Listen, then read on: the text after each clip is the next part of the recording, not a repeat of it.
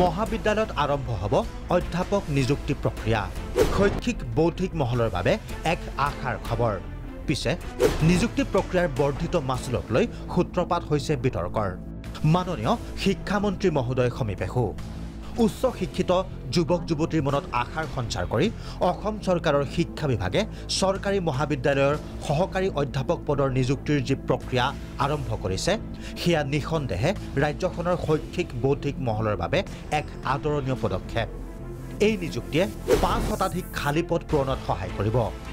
এই গভীৰ আশা সঞ্চাৰী বাৰ্তাটোৱে শিক্ষিত নিবনুৱাসকলক উৎসাহিত কৰাৰ সমান্তৰালকৈ ইতিমধ্যে মহাবিদ্যালয়সমূহৰ দ্বাৰা বাতৰি কাকতৰ জৰিয়তে প্ৰকাশিত বিজ্ঞাপনসমূহত ধাৰ্য কৰা উচ্চ হাৰৰ আবেদন মাচুলে গভীৰ চিন্তা আৰু উদ্বেগৰ সৃষ্টি কৰিছে দুৰ্ভাগ্যজনকভাৱে ইতিমধ্যে প্ৰকাশিত বিজ্ঞাপনসমূহত মহাবিদ্যালয়সমূহে এটা পদৰ বিপৰীতে ১৫০০ৰ পৰা ৪০০০ টকা পৰ্যন্ত আবেদন মাচুল ধাৰ্য কৰিছে অসম চৰকাৰৰ উচ্চ শিক্ষা সঞ্চালকালয়ৰ দ্বাৰা প্ৰকাশিত ৩খন অধিসূচনা অনুসৰি অসমীয়া বিষয়ৰ প্ৰায় ৫৫টা পদত অনুমোদন জনোৱা হৈছে এতিয়া যদিহে এজন আবেদনকাৰীয়ে ইয়াৰ অতি কমেও ৩০টা পদত আবেদন কৰে আৰু ইয়াৰ বিপৰীতে এই হাৰত মাচুল দিব লগা হয় তেন্তে আবেদনকাৰীজনক প্ৰয়োজন হ'ব ৫০,০০০ৰ পৰা লক্ষাধিক টকাৰ ইণ্টাৰভিউ যেহেতু নিবনুৱাসকলে দিব গতিকে ১৫০০ৰ পৰা ৪০০০ টকা আবেদন মাচুল এটো কেতিয়াও গ্ৰহণযোগ্য আৰু যুক্তিসংগত নহয় গতিকে ১০০০ টকাৰ পৰা ৪০০০ টকাকৈ যদি দিয়া হয় তেতিয়াহ'লে লক্ষাধিক টকা কেৱল সেই পোষ্টটোত এপ্লিকেশ্যনখন দিয়াৰ নামতে খৰচ কৰিবলগীয়া হয় গতিকে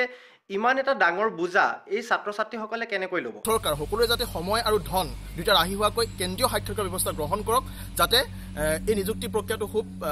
খুব সহজে আৰু সোনকালে সমাপ্ত হয় তদুপৰি একে সময়তে বা একেটা দিনতে কেইবাখনো মহাবিদ্যালয়ত সাক্ষাৎকাৰ আয়োজন কৰিলে এজন আবেদনকাৰীৰ পক্ষে সকলো সাক্ষাৎকাৰত উপস্থিত থকাটো সম্ভৱপৰ নহ'ব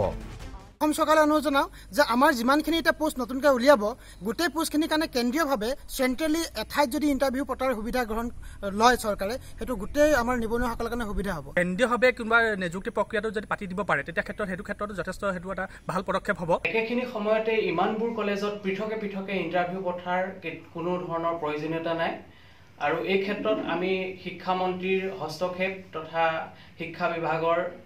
হস্তক্ষেপ বিচাৰিছোঁ কেৱল আবেদনৰ নামত এখন মহাবিদ্যালয়ৰ অধ্যাপক নিযুক্তিৰ বাবে যি বৰ্ধিত মাচুলৰ ব্যৱস্থা গ্ৰহণ কৰা হৈছে মহাবিদ্যালয়সমূহৰ দ্বাৰা এই বিষয়টো কিন্তু শিক্ষামন্ত্ৰী মহোদয়ে বিশেষভাৱে নজৰ দিয়া উচিত কাৰণ শিক্ষিত এইসকল নিবনুৱাৰ কৰ্মসংস্থাপনৰ পূৰ্বেই এনেধৰণৰ বৃহৎ পৰিমাণৰ খৰচে বহু পৰিমাণে বুজাৰহে সৃষ্টি কৰিব শিক্ষিত নিবনুৱাসকলৰ মাজত ভিডিঅ' জাৰ্নেলিষ্ট আজাহাৰৰ সৈতে হেমন্ত বেজ প্ৰাগ নিউজ গুৱাহাটী